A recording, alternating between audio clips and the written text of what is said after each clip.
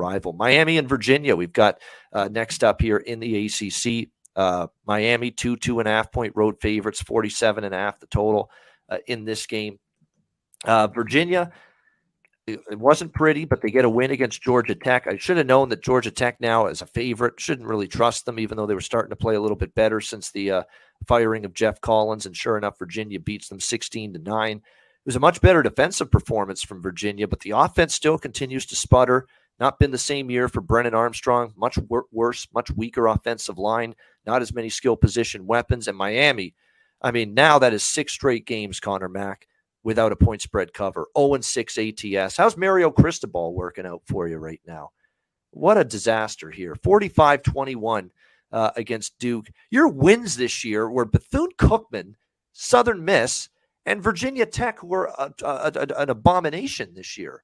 Those are the 3 victories that this Miami team has in their 3-4 record to this point in this season. So I'm actually looking maybe at Virginia here. I mean, they actually showed you some life. They showed you finally they snapped a 3-game losing streak to beat Georgia Tech. I ain't laying on the road with Miami. It's that simple. 0-6 ATS.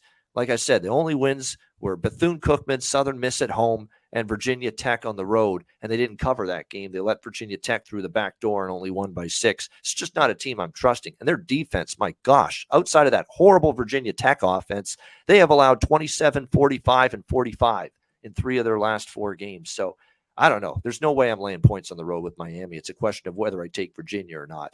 And I'll circle back to this later in the week to determine if I do or not. What do you think here, Connor? Yeah, I think you got to look at Virginia here with the points at home. I think they have the better defense. I know their offense hasn't been very explosive, but and which keep this game under maybe. But Miami, whether it was Garcia or Van Dyke, I mean, 5 picks, 8 turnovers in that game against Duke. There's more of that going on the road, whether they're at home or on the road, laying points all year. I think this is crazy. They're just this is nuts. So yeah, this is Virginia or pass. Look to the points. And like I talked about on this total, I'd look under. They still with Armstrong just aren't open. They open it up a little bit more and throwing it. He's had a few better games, but even he's thrown some picks at times. But I think we can count on Virginia's defense. So I lean under and lean the points here with Virginia. Look, do I think Tony Elliott was the best hire for Virginia? No, and I've criticized it with the way it started out.